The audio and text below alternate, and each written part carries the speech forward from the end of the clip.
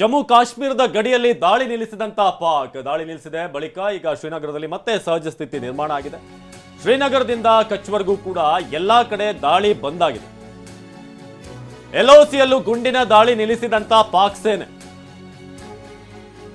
ಶ್ರೀನಗರದಲ್ಲಿ ಬ್ಲಾಕ್ಔಟ್ ಅನ್ನ ತೆರವು ಮಾಡಲಾಗಿದೆ.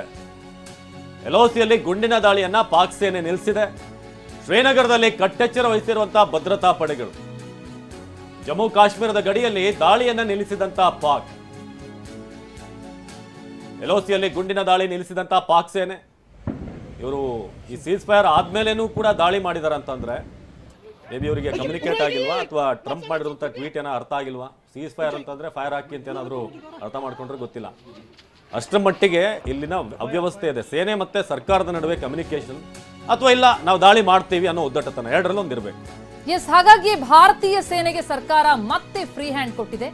ಕದನ ವಿರಾಮ ಉಲ್ಲಂಘನೆಯ ಬೆನ್ನಲ್ಲೇ ಪರಮಾಧಿಕಾರ. ಪಾಕಿಸ್ತಾನ ಯಾವಾಗ ಕದನ ವಿರಾಮವನ್ನು ಉಲ್ಲಂಘಿಸ್ತೋ ಪರಮಾಧಿಕಾರನ ಕೊಡಲಾಗಿದೆ ಸೇನೆಗೆ. ಪಾಕ್ ಸೇನೆಗೆ ತಕ್ಕ ಶಾಸ್ತಿ ಮಾಡಿ ಅಂತ ಸೂಚನೆ ಕೊಟ್ಟಿದ್ದಾರೆ.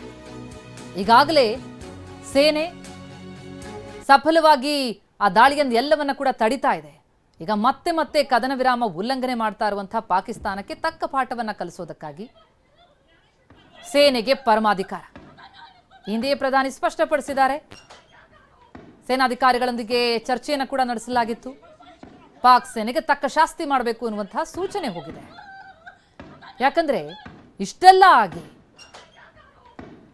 ಮಾತುಕತೆ ನಡೆದು ಅವರೇ ಬಂದು ಮನವಿ ಮಾಡಿಕೊಂಡು ಕದನ ವಿರಾಮವನ್ನು ಘೋಷಣೆ ಮಾಡಿ 3 ತಾಸಿನೊಳಗೆ ಅದನ್ನು ಉಲ್ಲಂಘಿಸ್ತಾರೆ ಅಂತಂದ್ರೆ ಪಾಕಿಸ್ತಾನದ ನರಿಬುದ್ಧಿ ಇಲ್ಲಿ ಸ್ಪಷ್ಟ ಆಗ್ತಾ ಇದೆ.